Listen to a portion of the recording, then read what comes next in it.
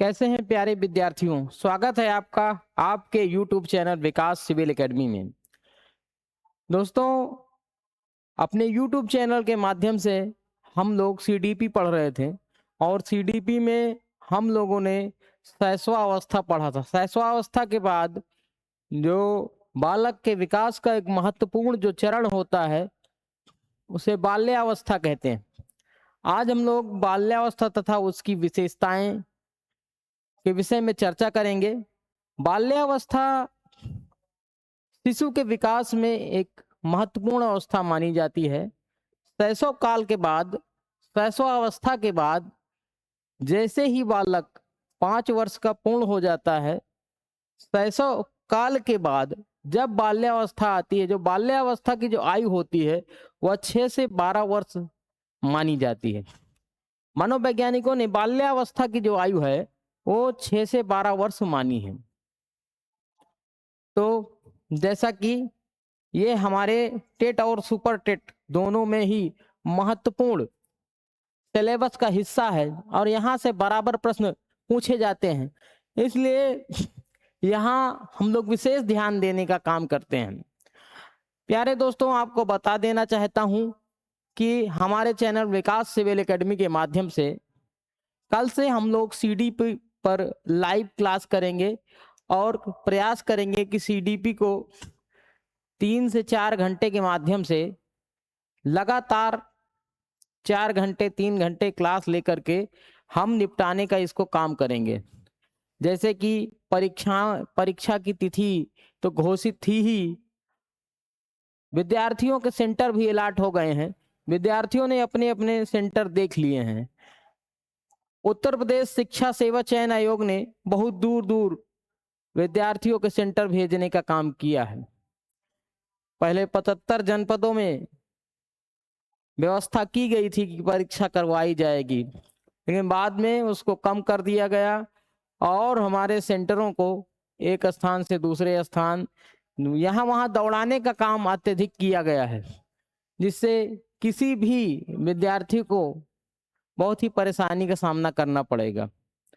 लेकिन कोई बात नहीं, आप अपनी तैयारी पर फोकस करें और तैयारी को सुनिश्चित करें कि आपकी जो भी आपको पढ़ना है 1-2 दिन पहले आप पढ़ लें, क्योंकि एक दिन तो आपकी यात्रा में अब लगने वाला है। चलिए हम लोग बात करते हैं। सबसे पहले बाल्यावस्था। बाल्यावस्था में क्या है? यह मानव विकास की एक महत्वपूर्ण अवस्था मानी जाती है। मानव विकास की एक महत्वपूर्ण अवस्था मानी जाती है जिसका जो काल होता है वह 6 से 12 वर्ष की आयु होती है। जो बाल्यावस्था होती है इसे विकास का अनोखा काल भी कहा जाता है। विकास का अनोखा काल कहा जाता है क्योंकि यहाँ पर विकास 2 चरणों में होता है। 2 चरणों में विकास जो होता है उसको डिफाइन किया गया है कि पूर्व बाल्यावस्था तथा उत्तर बाल्यावस्था। पूर्व बाल्यावस्था और उत्तर बाल्यावस्था विकास का अनोखा काल जो इसको कहा जाता है। यहां से प्रश्न जो है पूछे गए हैं। पूर्व की यूपी टेट की परीक्षाओं में पूछा गया है कि निम्नलिखित में से किस स्तर के बालक के जीवन को जो है विकास का अनोखा काल कहा जाता है। अर्थात देखिए, यहाँ 6 से 12 वर्ष की आयु को बाल्यावस्था कहते हैं। यह मानव विकास की महत्वपूर्ण अवस्था होती है और विकास की दृष्टि से जटिल अवस्था भी होती है। जटिल इसलिए कहा गया है क्योंकि यहाँ पर जो बालक होता है, बालक का मानसिक, संवेगिक, बौद्धिक हर तरह के हर पक्ष का विकास होना शुरू हो जाता है। बालक तार्किक होना धीरे धीरे शुरू करता है, तर्क करना शुरू करता है। तो इसलिए यह जो अवस्था होती है बहुत ही महत्वपूर्ण अवस्था होती है, इसलिए इसे विकास का अनोखा काल कहते हैं। इस अवस्था में बालक सामाजिक, मानसिक, संवेगात्मक इत्यादि गुणों का विकास बालक के अंदर हो जाता है। यहां से प्रश्न पूछा जाता है और यहां से ये पूछा जाता है प्रश्न, पहला तो ये विकास का अनोखा काल वाला प्रश्न पूछा जाता है और इस अवस्था का बालक सामाजिक, मानसिक, संवेगात्मक इत्यादि गुणों का विकास होना शुरू हो जाता है। अर्थात बालक समाज के पहलू भी सोचना शुरू कर देता है, मानसिक परिवर्तन भी चालू होता है, अर्थात अपने बुद्धि का प्रयोग करता है। संवेगात्मक अर्थात काम, क्रोध, मोह, माया इत्यादि में भी उसको जो है संवेगात्मक परिवर्तन भी होता है। अब देखिए इसके दो भाग हैं, जैसा कि पूर्व में मैंने बताया कि इसके दो भाग हैं, जिसको कहते हैं पूर्व बाल्यावस्था, जो 6 से 9 वर्ष तक की मानी गई है। पूर्व बाल्यावस्था।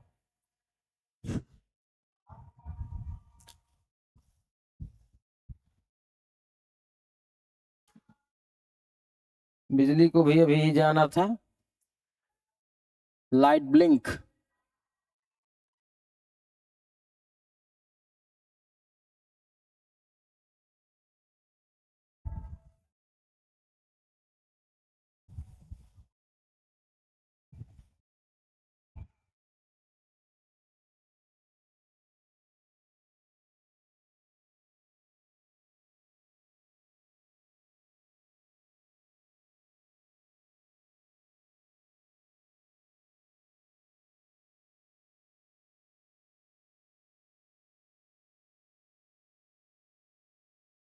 थोड़ा सा इंतजार करना पड़ेगा क्योंकि लाइट गई थी और पुनः फिर से आ गई।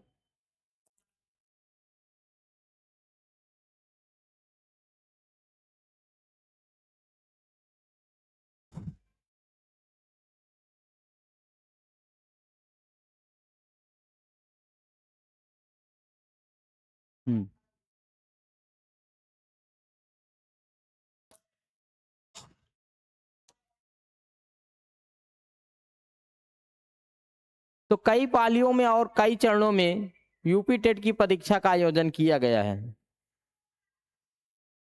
2, 3, 4 जुलाई में 2, 3, 4 इन 3 तिथियों को परीक्षा का आयोजन किया गया है। अब अगर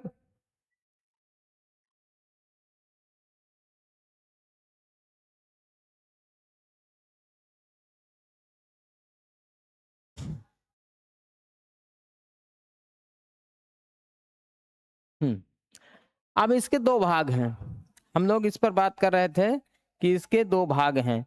जो पहला भाग है पूर्व बाल्यावस्था, जो 6 से 9 वर्ष तक का होता, 6 से 9 वर्ष तक का होता है। उत्तर बाल्यावस्था की अगर बात करें, उत्तर बाल्यावस्था 9 से 12 वर्ष, 9 से 12 वर्ष। अब ये दो भागों में शुरू हो जाता है। 6 से 9 की जो अवस्था होती है, इस अवस्था को खिलौने की आयु कहा जाता है। ये जो पूर्व बाल्य अवस्था है, इसे क्या कहा जाता है? खिलौने की आयु।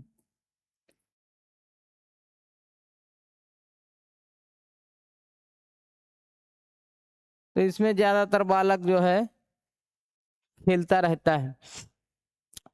उत्तर बाल्यावस्था में क्या करते, क्या होता है? उत्तर बाल्यावस्था में बालक का औपचारिक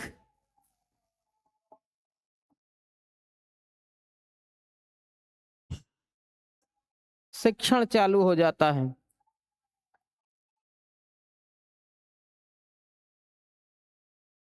प्रारंभ होता है।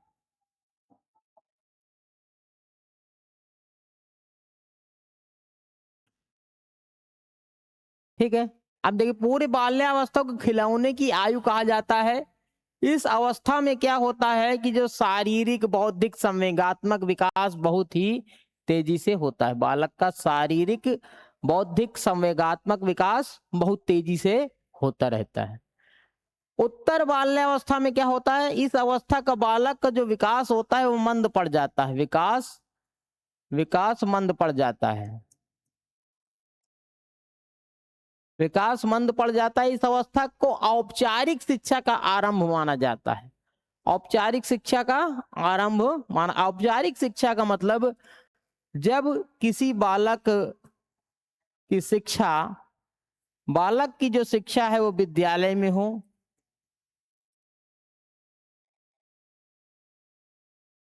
विद्यालय में हो तो उसे क्या कहते हैं, औपचारिक। अनौपचारिक में क्या होता है, जैसे मान लीजिए डिस्टेंस एजुकेशन है, या अनौपचारिक में अगर ऑनलाइन आप पढ़ रहे हैं तो ये भी एक अनौपचारिक शिक्षण होता है। अनौपचारिक, मान लीजिए डिस्टेंस एजुकेशन की अगर बात हो रही है तो ये क्या हो जाएगा, अनौपचारिक शिक्षण। निरौपचारिक, निरौपचारिक का मतलब यह है कि उसमें कोई भी ये सीधे मौखिक या देख कर या स्वयं से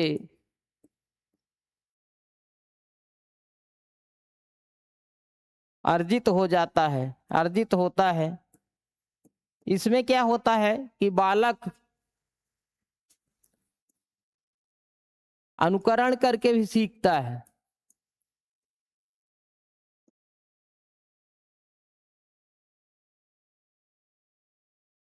सीखता है। और जहां से प्रश्न पूछा जाता है, मुख्य प्रश्न यहां से पूछा जाता है कि स्मार्ट एज, स्मार्ट एज किस अवस्था को कहते हैं, किस स्तर, विकास के किस स्तर को कहते हैं, किस स्तर को कहते हैं स्मार्ट एज। बड़ा पुराना प्रश्न है, इसको घुमा के भी पूछा जा सकता है। स्मार्ट एज किस स्तर को कहते हैं, इसी को घुमा के कहेगा कि स्फूर्ति अवस्था, स्फूर्ति अवस्था विकास के किस चरण में होती, किस विकास के किस चरण में होती, चरण को कहते हैं।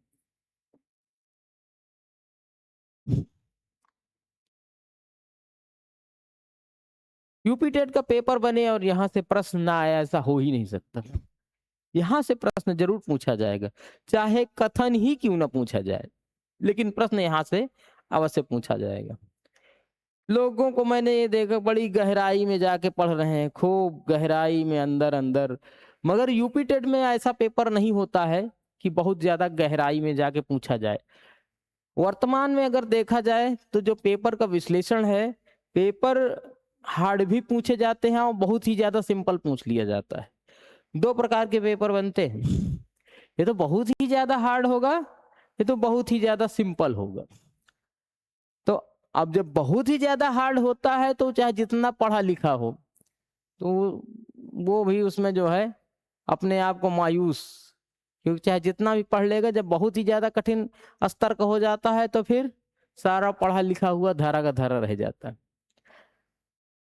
जब क्वेश्चन मिड का पूछा जाता है, मिड सेक्शन का प्रश्न जब पूछा जाता है, तब कहीं जाके जो है जो पढ़े लिखे लोग होते हैं उनको उनके हिसाब से वरीयता मिल पाती है। अगर कहीं सिंपल पूछ लिया, अगर एकदम सिंपल क्वेश्चन आ गए तो समझ लीजिए कि जो पढ़ा है बच्चा और जो नहीं पढ़ा, दोनों को एक ही स्तर पर ले आकर के जो है आयोग खड़ा कर देता है, दोनों एक ही स्तर पर होते हैं। अब यह है कि जो पढ़ने वाला है वो 2 4 6 अंक प्रैक्टिस का अपना पा जाता है, तो जिससे वो आगे रहता है। अब यहाँ पर बाल्यावस्था को स्मार्ट एज कहते हैं, स्फूर्ति की अवस्था भी कहते हैं, इसी अवस्था को डर्टी एज भी कहते हैं। डर्टी एज यानी जो बाल्यावस्था का बालक होता है, ये खेल कूद में व्यस्त होता है। बालक बालक खेल कूद में व्यस्त होता है, अपने कपड़ों में मिट्टी लगा लेता है, यहाँ वहां घूमता रहता है, आराम से मिट्टी में लेट जाएगा। घूमते घूमते अगर कोई चीज उसको नहीं मिली उनके उसके मन पसंद माफिक, तब भी वो लेट जाएगा, एक तरह से विरोध प्रदर्शन करता है जमीन पे लेट करके। तो इसीलिए इस एज को डर्टी एज कहते हैं, क्योंकि उसको अपनी परवाह नहीं होती कि मैं कहाँ पड़ा हूँ, या फिर मेरे कपड़े गंदे हो रहे हैं, या फिर मैं खेल में कितना व्यस्त हो गया हूँ, उसे इस चीज की कोई परवाह नहीं होती। उसको अगर खेल में दिलचस्पी है, अगर वो खेल रहा है बालक, तो खेलता चला जाता है। और खिलौने की आयु इसीलिए कहा गया है क्योंकि इसमें बालक खिलौने से बहुत ही ज्यादा इमोशनली अटैच हो जाता है। खेल खेल में जो है वो मिट्टी के सारी चीजें बनाना शुरू कर देता है। जो लड़कियां होती हैं वो गुड़िया गुड्डे इत्यादि बनाना शुरू कर देती हैं। तो खिलौने की आयु होती है और इसमें बालक जो है अपने कपड़े गंदे कर लेता है, इसलिए इस एज को डर्टी एज कहा गया है। यहां से भी प्रश्न पूछ लिया जाता है। आगे चलते हैं। बाल्यावस्था की विकास, यहाँ से जो विशेषताएं हैं, ये बाल्यावस्था के विकास की जितनी भी विशेषताएं हैं, इन विशेषताओं से क्वेश्चन पूछे जाते हैं। यहाँ से जो विशेषताएं हैं उनसे प्रश्न पूछ लिए जाते हैं। विशेषताओं पर हम लोग थोड़ा सा गौर करेंगे। शारीरिक तथा मानसिक विकास में स्थिरता, यानी बालक, इस अवस्था के बालक में शारीरिक और मानसिक विकास में स्थिरता आती है। अब होता क्या है, रास महोदय ने इस शारीरिक तथा मानसिक विकास को मिथ्या परिपक्वता कहा। मिथ्या परिपक्वता अर्थात बालक को यह महसूस होता है कि वह बड़ा हो गया है, वह मजबूत हो गया है, वह बड़ा हो गया है। बालक को ऐसा आभास होने लगता है, जबकि वास्तव में ऐसा नहीं होता है। बालक के मन में यह झूठ बैठ जाता है कि अब मैं बड़ा हो गया हूं। आपने देखा होगा कि जो बालक होता है, जो उत्तर बाल्यकाल में पहुंच जाता है, तो घर वाले या बड़े भाई उसको ये कहना शुरू कर देते हैं बात बात में कि अरे अब तो तुम बड़े हो गए हो, तुम बड़े हो गए हो, अब ऐसी गलती मत करो। अब फिर उसके बाद यदि बालक अपने मन से कुछ काम करना शुरू कर देता है तो फिर उसको डांट भी देते हैं। डांटने के साथ उसको दंडित कर देते हैं कि अरे ये काम अपने आप क्यों कर लिया। तो बालक उसमें कंफ्यूज हो जाता है कि वास्तव में मैं बड़ा हुआ हूं कि नहीं बड़ा हुआ हूं। एक बार तो उसको कह दिया जाता है कि यार नहीं अब तुम बड़े हो गए हो, और दोबारा ये कहा गया कि अभी तुम इतने भी बड़े नहीं हो गए कि तुम अपना मन से सब कुछ कर लोगे। तो ये मिथ्या परिपक्वता इसको कहा रास महोदय ने। रास महोदय ने कहा कि ये जो शारीरिक तथा मानसिक विकास में स्थिरता आती है, यह बालक के झूठ की परिपक्वता होती है। ठीक है, अर्थात जब बालक उत्तर उत्तर बाल्यावस्था में पहुंचता है तो बालक का शारीरिक मानसिक विकास धीरे धीरे मंद पड़ने लगता है। और उसका मुख्य कारण क्या है कि हड्डियों में दृढ़ता आती है। जो बालक की हड्डियां होती हैं वो मजबूत होना शुरू हो जाती हैं। ठीक है, तो जब हड्डियों में दृढ़ता आती है, विकास बाधित होता है, विकास बाधित हो जाता है, यानी इनकी जो लंबाई है और जो विकास है वो थोड़ा कम हो जाता है और हड्डियां मजबूत होना शुरू हो जाती है। वो बड़ों की तरह व्यवहार करने लगता है, वह अपने आप को सोचना तो शुरू कर देता है, बौद्धिक क्षमता भी बढ़ जाती है, बौद्धिक क्षमता बढ़ जाती है, संवेगों का विकास हो जाता है। बात बात पर जो है काम, क्रोध, गुस्सा, डर, भय, ये सब उस पर हावी हो जाता है। तो वो बड़ों की तरह व्यवहार करने लगता है। जब वो बड़ों की तरह व्यवहार करने लगता है तभी रास महोदय कहते हैं ये मिथ्या परिपक्वता है, अर्थात बड़ों की तरह व्यवहार करना उसका जो है एक झूठ है। ठीक है, उसके मस्तिष्क में झूठी परिपक्वता आने लगती है जो कि वास्तविक नहीं होती है, वास्तव में वो परिपक्वता होती ही नहीं है। तो मानसिक क्षमताओं में वृद्धि होती है, ये दूसरी यहाँ पर। यहां से जो प्रश्न पूछा जाता है कि मिथ्या, यहां पर ये प्रश्न पूछा जाता है मिथ्या परिपक्वता, मिथ्या परिपक्वता की अवधारणा, अवधारणा किस मनोवैज्ञानिक ने दी, किस मनोवैज्ञानिक ने दी। तो इसका सीधा उत्तर रास महोदय ने दी।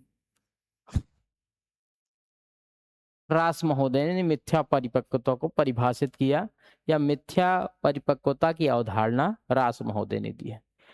अब उसके बाद है मानसिक क्षमताओं में वृद्धि। मानसिक क्षमताओं में वृद्धि, बाल्यावस्था में बालकों में बहुत सारी मानसिक क्षमताओं में वृद्धि होने लगती है। मानसिक क्षमताओं में प्रबलता आने लगती है।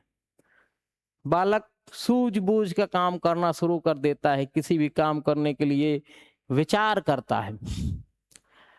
जब वो शैशवा काल में होता है बालक, तो बालक अंतर्मुखी होता है। अंतर्मुखी अर्थात खुद में ही खोया हुआ रहता है। बालक केवल अपनी सुनता है, केवल अपनी बताता है। जबकि इसके ठीक विपरीत जब बालक बाल्यावस्था में आता है तो बहिर्मुखी हो जाता है। बहिर्मुखी हो, सभी से बातें करना उसको पसंद होता है, समाज में बातें करना उसको पसंद होता है। बालक सोशल हो जाता है। तो यहां से भी प्रश्न बन जाता है कि निम्नलिखित में से किस अवस्था का बालक बहिर्मुखी होता है, या किस अवस्था का बालक अंतर्मुखी होता है। तो अंतर्मुखी जो बालक होता है वह शैशव काल या शैशवावस्था का बालक होता है, और बहिर्मुखी जो बालक होता है वह उत्तर बाल्यावस्था का। अब देखिए, यहाँ बहुत सारी मानसिक क्षमताओं में प्रबलता आ जाती है और वृद्धि हो जाती है। मानसिक क्षमताओं में वृद्धि, मानसिक क्षमताओं में वृद्धि होने लगती है। इसके बाद है जिज्ञासा में प्रबलता।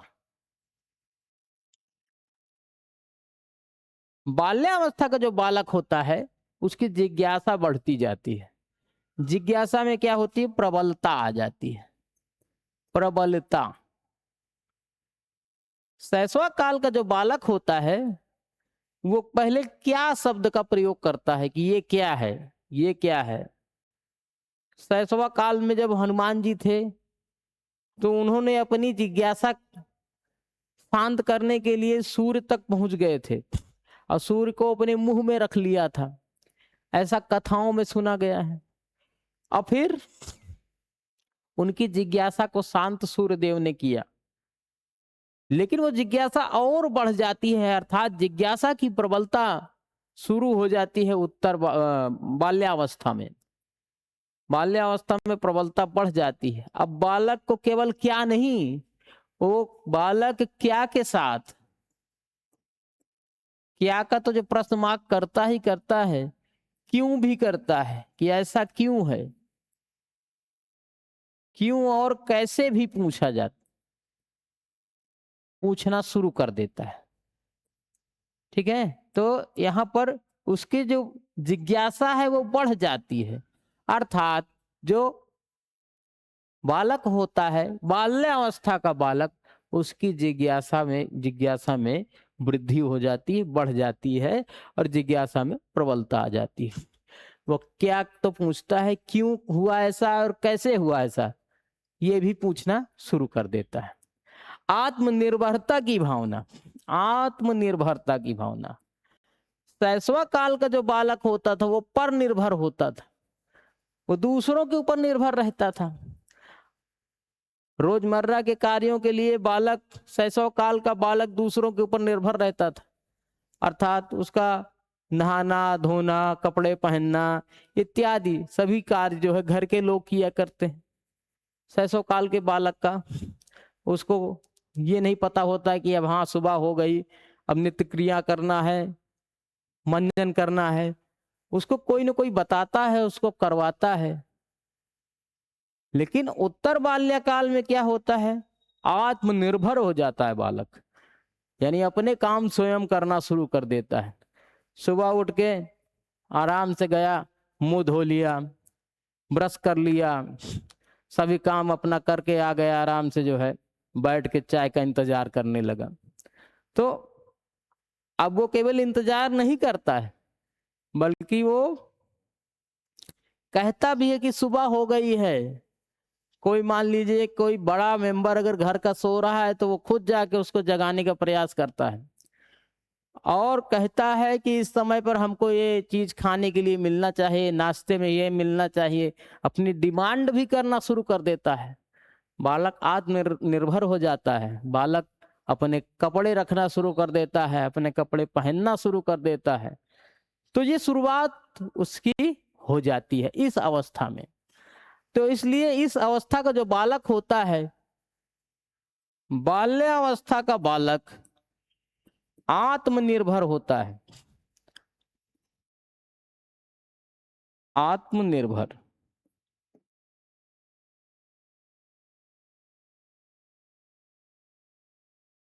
यानी अपनी रोजमर्रा के कार्यों के लिए बालक स्वयं पर निर्भर रहता है। फिर उसके बाद है रचनात्मक कार्यों में रुचि। बालक जो है रचनात्मक कार्यों में रुचि लेने लगता है। अब कोई बच्चा है, बाल्यावस्था का है, अब कहीं से अगर मोटर पा गया तो उसको खोलेगा, खोल के देखेगा कि आखिर ये इसके अंदर क्या है। उसमें पंखी लगी, पंखी घूमती है। फिर मोटर को क्या करेगा, उसको सेल से लगा के घुमाएगा, उसके अंदर खोल के देखेगा उसके कल पुर्जे कैसे हैं। रेडियो ट्रांजिस्टर पा गया तो उसको खोल के देखेगा। अर्थात वो बालक धीरे धीरे रचनात्मक होना शुरू कर देता है। पहियों के धीरे धीरे गाड़ी बनाना सीखता है। यानी जो भी वो देखता है उसमें कुछ ना कुछ नई नई चीजें जो है आविष्कार, बालक छोटा वैज्ञानिक हो जाता है, कुछ ना कुछ आविष्कार करना शुरू कर देता है, कुछ ना कुछ सीखना और बनाना शुरू कर देता है। यानी रचनात्मक कार्यों में उसकी जो है उसका मन लगने लगता है। लड़कियां गुड़ियों को बनाना शुरू कर देती हैं। उसके अलावा कपड़ों का और खाने पीने का किचन सेट इत्यादि का प्रयोग करके। और पहले क्या होता था कि मिट्टी के जो है खाने पकाने इत्यादि की चीजें जो है लड़कियां बना के उसको सुखवाया करती थी, फिर उसको पकाया करती थी, बाद में उससे जो है खेल कूद इत्यादि। लड़के क्या करते थे, कपड़े की गेंद बनाते थे, कपड़े की गेंद बना करके उससे खेला करते थे। चप्पल को काट करके उसकी गाड़ियां बनाया के रचनात्मक कार्य करते थे। मोटर इत्यादि से जो है अपना बल्ब बल्ब जला करके अपना वैज्ञानिक जो उनके अंदर एक साइंटिस्ट होता था उसको शांत किया करते थे। तो रचनात्मक कार्यों में उनके अंदर गोली है, गोली खेल करके बहुत ढेर सारी गोली इकट्ठा करके उनको जो है कलर में रख के धीरे धीरे सजाने का काम करते थे। तो इस तरह के काम में उनका जो है मन बहुत लगता था। और आज भी नए नए रचनात्मक कार्य जो बाल्यावस्था का बालक है वो शुरू कर देता है। आज उसका तरीका बदल गया है, आज वो साइंस का प्रयोग करता है, नए नए तरीके से रचनात्मक कार्यों को करके दिखाता है। कहीं वो एरोप्लेन बनाता है, तो कहीं वो बोट बनाता है, कहीं पानी की जहाज बनाता है। नए नए उसका रिसर्च, क्योंकि बालक छोटा वैज्ञानिक होता है। अब देखिए सामाजिक और नैतिक गुणों का विकास, इस अवस्था के बालक में सामाजिक और नैतिक गुणों का विकास हो जाता है। अर्थात बालक अब समाज को भी देखता है और उसके अंदर नैतिकता भी आ जाती है कि क्या अच्छा है क्या बुरा है। उसको यह समझ हो जाती है धीरे धीरे कि ये काम अच्छा नहीं है, झूठ बोलना तो पाप होता है, ऐसे होता है, ये होता है। सारी चीजें जो है सुन करके देख करके वो काफी चीजों को ग्रहण कर लेता है और बालक सोशल हो जाता है। और नैतिकता का, जहाँ उसके पास नैतिक नहीं होता था, शैशव काल का बालक नैतिक नहीं होता था, वो बाल्य अवस्था में आके वह नैतिक हो जाता है। अर्थात बड़ों को प्रणाम करना, अभिवादन करना, सबसे अच्छे से बात करना और सबको सम्मान करना, उसको अब पता चल जाता है। यानी बाल्यावस्था का जो बालक है अब थोड़ा सा स्मार्ट है। आगे बढ़ते हैं और देखते हैं सामूहिक प्रवृत्ति की भावना। बालक अब अकेले रहना पसंद नहीं करता है, अब उसको समूह में काम करना पसंद हो गया है। जैसे बाल्यावस्था में पहुंचता है वो टोली में चलना पसंद करता है, अपने जो उसके समकक्ष के जितने बालक होते हैं, बालिकाएं होती हैं, उनका एक समूह बनाता है, समूह में वो खेलता है, समूह में सारे काम करता है और उसको समूह में रहना पसंद होता है। तो जो सामूहिकता की भावना उसके अंदर आती है वह बाल्यावस्था में आती है। तो यहाँ पर इसीलिए कहा गया कि सामूहिक प्रवृत्ति की भावना बालक के अंदर ऑटोमेटिक जागृत हो जाती है। बालक पास पड़ोस के बच्चों को इकट्ठा करता है और उनके साथ रहना पसंद करता है, अर्थात चाहे खेल कूद के लिए हो चाहे अन्य, वो अपने समूह के यानी अपने हम उम्र के बच्चों को सब इकट्ठा करके 4 से 10 लोग जो है अपने समूह में रहना पसंद करना शुरू कर देता है। सामूहिक खेलों में रुचि लेता है। सामूहिक खेल जैसे मान लीजिए क्रिकेट हो गया, 10-11 लोग हो गए, अपना जो है शुरू कर दिया। 4-6 लोग हो गए, साइकिल चलाना शुरू कर दिए। अब उसके बाद गेंद लेके 4-5 लोग गिट्टी फोड़ खेल रहे हैं, कंचे खेल रहे हैं। तो खेलों में अब कैरम तो इंडोर गेम है, लेकिन सामूहिक रूप से उसको भी 4-6 लोग बैठ के देख रहे हैं, खेल रहे हैं, उसके विषय में चर्चा कर रहे हैं। सामूहिक खेलों में उसकी रुचि बढ़ जाती है। इस अवस्था को गैंग एज भी कहा जाता है। ये मुख्य पॉइंट है, गैंग एज। गैंग एज, ठीक है। गैंग एज यानी बालक एक गैंग बना लेता है। अब किसी कोई घटना घटित हुई, एक मोहल्ले से दूसरे मोहल्ले जाना है, तो बालक 4-6 लड़कों को लेके अपने साथ में जाता है, तो एक गैंग के रूप में काम करता है। पता चला कि चोर पुलिस खेल रहा है तो 8-10 बच्चे मिल के खेल रहे हैं, तो वो क्या काम करता है, खेल में रुचि ले रहा है लेकिन अपनी गैंग के साथ। इसीलिए जो बाल्यावस्था होती है इसे गैंग एज भी कहा जाता है। तो यहां से भी प्रश्न पूछा जा सकता है। उसके बाद है संग्रह करने की प्रवृत्ति। बालक कोई भी सामान उसे अटपटा अगर लगता है और या उसको कोई अद्वितीय सामान मिलता है जिसको उसने पहले कभी न देखा हो, या फिर जिसको उसने देखा तो हो लेकिन उसका अट्रैक्शन उसके साथ जुड़ा हुआ हो, तो वो क्या करता है, संग्रह की भावना उसके अंदर रखने की भावना हो जाती है। बालक इसी अवस्था में जाता है और मार्केट से क्या करता है, एक वो पैसा रखने के लिए गुल्लक लेके आता है। गुल्लक में पैसे कंचे पैसे क्या करता है, बार बार उसमें संग्रह करता है, इकट्ठा करता है। एक डिब्बा लेता है, उसमें कंचे इकट्ठा करता है और दिखाता है कि मेरे पास अब इतने कंचे बचे हैं, ये देखो मेरे पास इतने कंचे हैं। उसको पता नहीं कि कंचों करेंगे क्या, लेकिन वो दिखाने के लिए रखा है। उसकी संग्रह की भावना है, संग्रह करने की भावना है, पैसे इकट्ठा करने की उसके अंदर भावना है। तो बालक गुल्लक में रखना शुरू कर देता है, दिखा देता है अरे मेरे पास तो इतना पैसा है ना। अब जैसे कंचे हो गए, खिलौने हो गए, मशीनों के नट बोल्ट हो गए, पत्थर हो गए, जो भी उसको अच्छा लगा उसको एक जगह रखना शुरू कर देता है। उसकी क्या काम करना शुरू कर देता है, संग्रह करना शुरू कर देता है।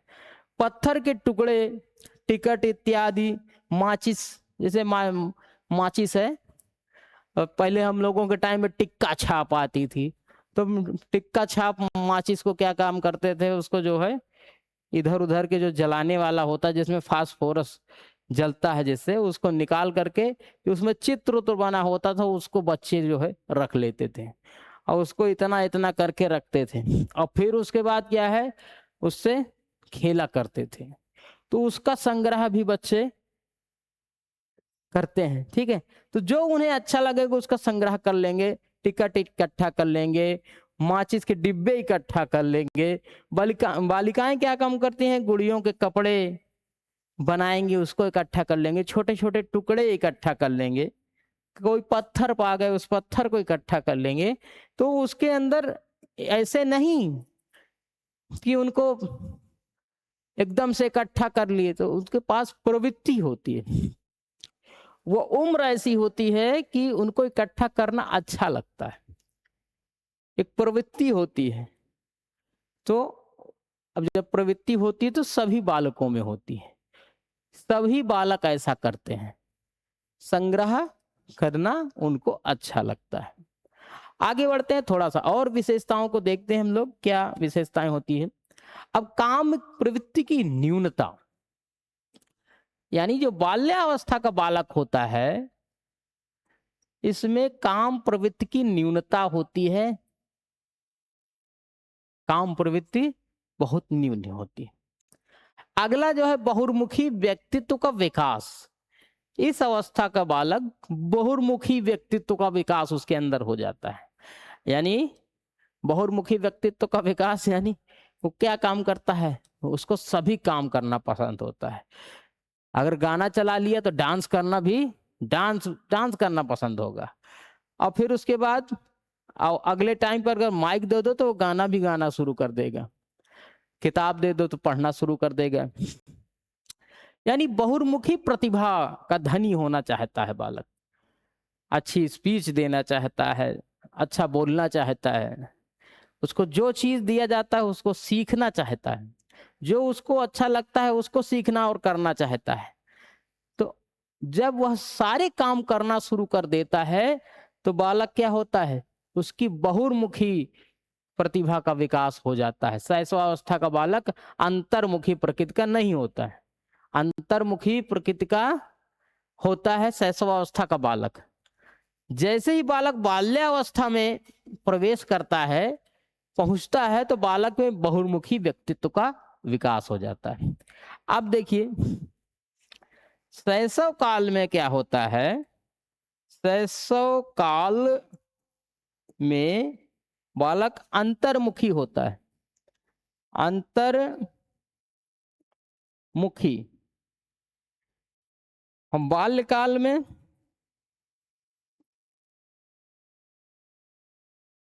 बहुर्मुखी।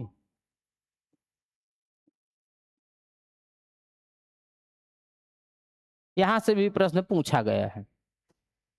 अब हम लोग आगे बढ़ते हैं। लगभग लगभग देखा जाए तो जितनी विशेषताएं थी बाल्यावस्था की, जो मुख्य विशेषताएं थी जहां से प्रश्न पूछे जाते हैं, बाल्यावस्था से जितने प्रश्न जहां जहां से पूछे जाते हैं, लगभग जितने इंपॉर्टेंट पॉइंट थे सबको मैंने बता दिया।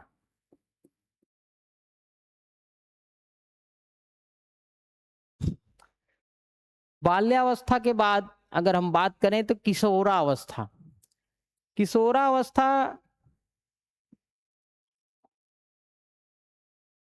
किशोरावस्था में ज्यादा कुछ पढ़ने के लिए नहीं है, लेकिन जो भी है उसको भी हम लोग थोड़ा सा देख लेते हैं, ताकि आज जो है किशोरावस्था समाप्त हो जाए। कितना टाइम हो गया, 38।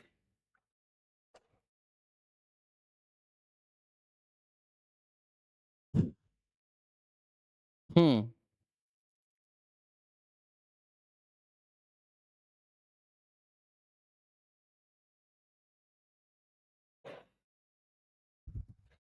किशोरावस्था में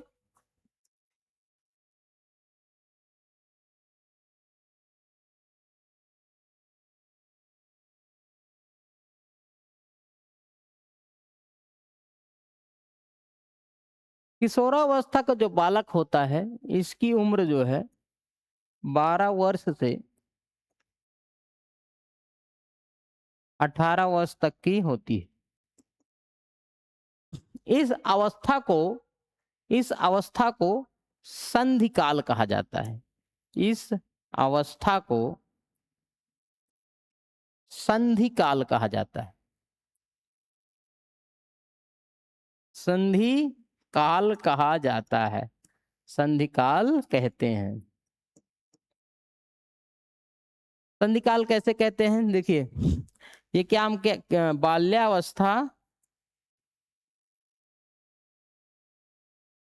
और प्रौढ़ावस्था के बीच की अवस्था है किशोरावस्था।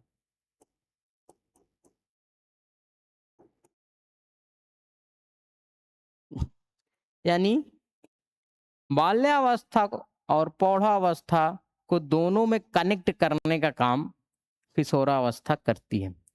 इसलिए इसे किशोरावस्था को संधि काल कहते हैं। किशोरावस्था को क्या कहते हैं? संधि काल कहते हैं। यहाँ से प्रश्न पूछा गया है, निम्नलिखित में से किस अवस्था को विकास का संधि काल कहते हैं? तो जो विकास का संधि काल है वह किशोरावस्था को कहते हैं। किशोरावस्था को विकास का संधि काल कहते हैं।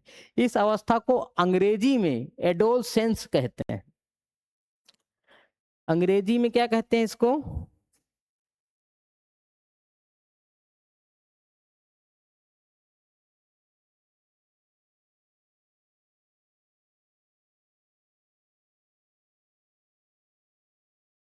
एडोलसेंस का अर्थ होता है परिपक्वता की ओर बढ़ना। परिपक्वता की ओर बढ़ना।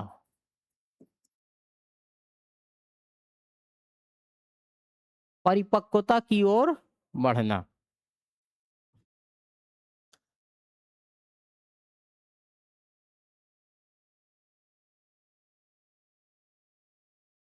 चलिए, इसकी कुछ विशेषताएं हैं, उसको हम लोग जान लेते हैं। तो किशोरावस्था यहीं पर जो है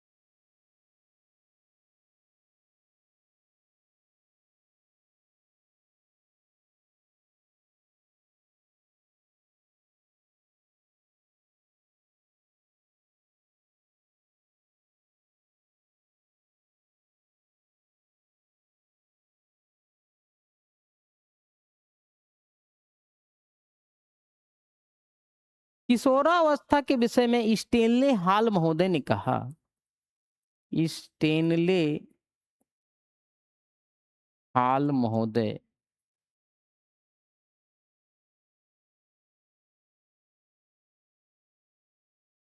स्टेनले हाल महोदय कहते हैं कि किशोरावस्था वह अवस्था है जिसमें बालक क्या काम करता है? बहुत बड़े संघर्ष का, बहुत बड़े बल, बहुत बड़े बल, संघर्ष की अवस्था, संघर्ष की अवस्था या तूफान की अवस्था कहते हैं। तूफान की अवस्था कहते हैं।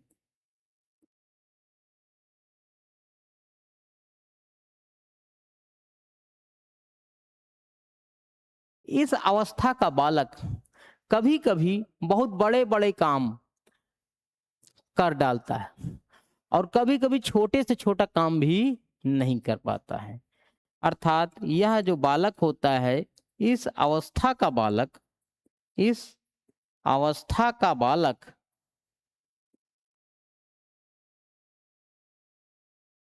कभी तो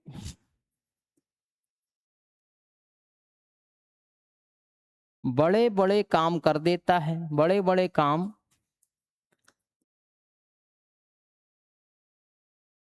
कर डालता है और कभी छोटे से छोटे, छोटे से छोटे काम में फंस जाता है।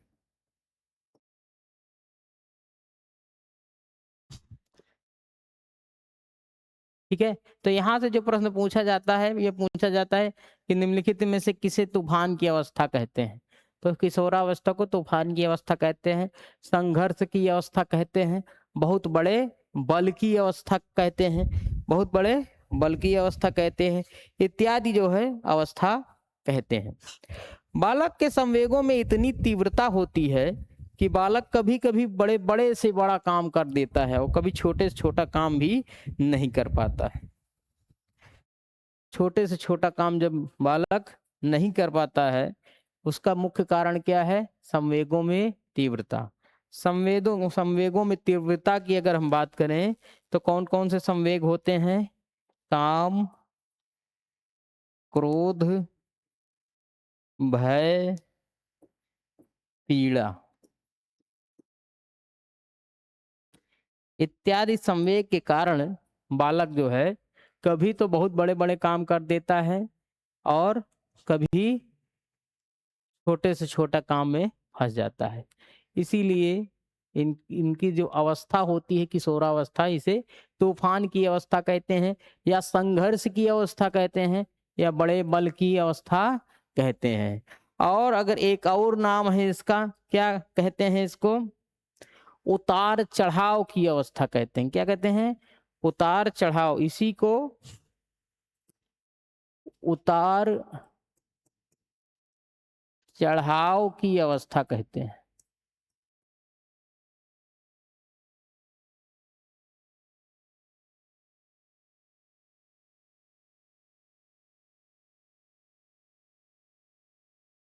उतार चढ़ाव की अवस्था कहते हैं। चलिए एक पेज ऐड करते हैं और आगे थोड़ा सा जानते हैं।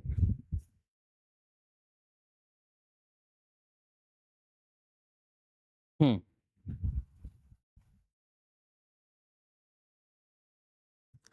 तो उतार चढ़ाव की अवस्था कहते हैं।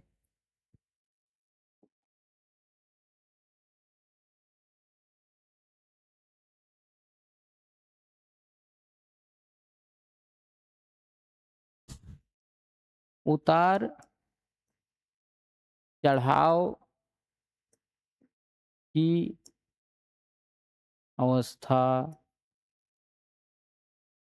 कहते हैं।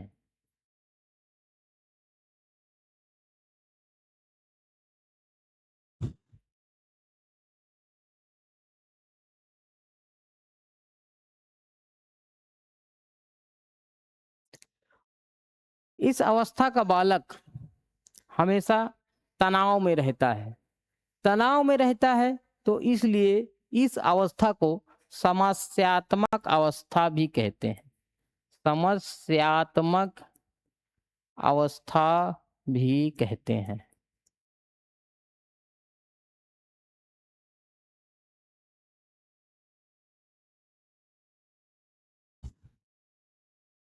इस अवस्था का जो बालक होता है, इसको पग पग पर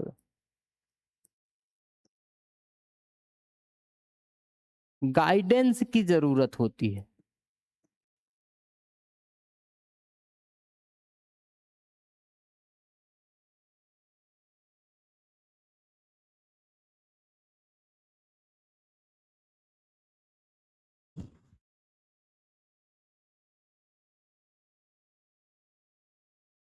आवश्यकता होती है।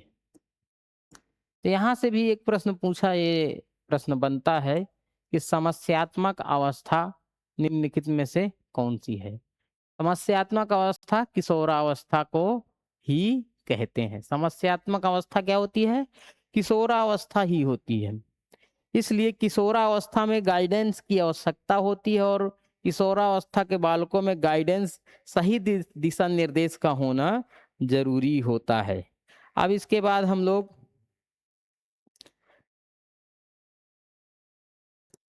एक महत्वपूर्ण टॉपिक और है जहां से प्रश्न पूछा जाता है। इस अवस्था के बालक में इस अवस्था के बालक में अवस्था के बालक में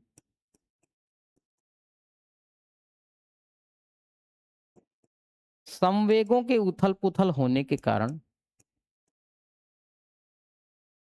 संवेगों के उथल पुथल होने के कारण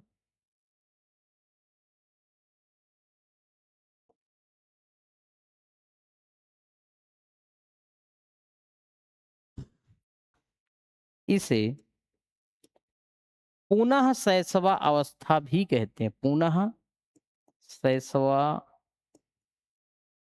अवस्था भी कहते हैं।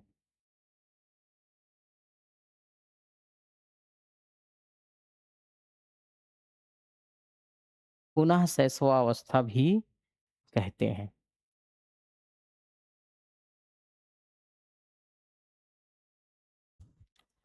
अब किशोरावस्थाओं की विशेषताएं हमें पढ़ना है। किशोरावस्था की महत्वपूर्ण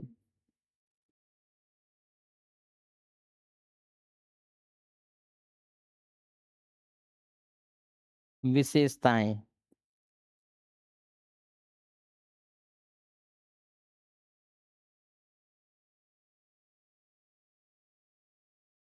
किशोरावस्था की अगर हम महत्वपूर्ण विशेषताओं के विषय में चर्चा करते हैं तो महत्वपूर्ण विशेषताओं में कई विशेषताएं हैं, जैसे शारीरिक